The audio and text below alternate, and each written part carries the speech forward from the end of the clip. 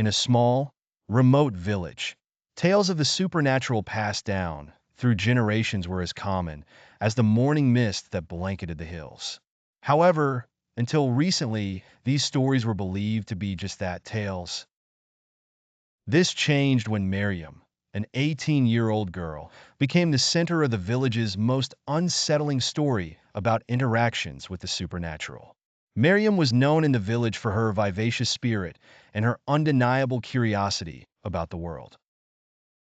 Her adventures would often lead her into the unknown parts of the forest that many villagers avoided due to the numerous myths associated with them. It was during one of these curious expeditions that Miriam experienced something she could never forget.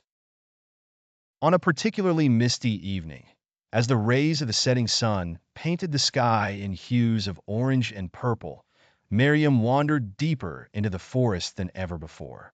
Entranced by the beauty of the surroundings, she failed to notice the time passing. The forest, at first inviting, became an eerie landscape as shadows from the trees stretched longer, and the sounds of the night creatures began to crescendo.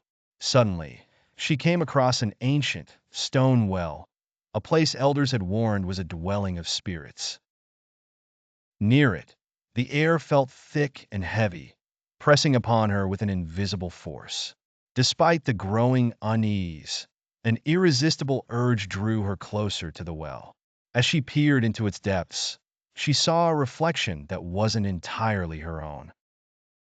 Her eyes widened in fear as an ethereal figure appeared, a woman with delicate features and a sorrowful expression. In a voice that echoed like the whispering winds, the figure spoke to Miriam, recounting a past of lost love and a curse that bound her to the well. Mesmerized yet petrified, Miriam listened, unable to comprehend the reality of the supernatural entity reaching out to her. The apparition implored Miriam to help break the curse, offering cryptic clues that intertwined her fate with that of the spectral woman. Word of Miriam's encounter spread quickly through the village, drawing mixed reactions. Skeptics dismissed her tale as a fabrication of youthful imagination, while others, particularly the elders, took her story as a sign, a resurgence of the forces that had once roamed freely in their world. Miriam, however, was undeterred by the opinions of others. She felt a compelling connection to the ghostly figure, one that transcended the fear of the unknown. Determined to uncover the truth and liberate the tortured spirit, she vowed to return to the well despite the risks.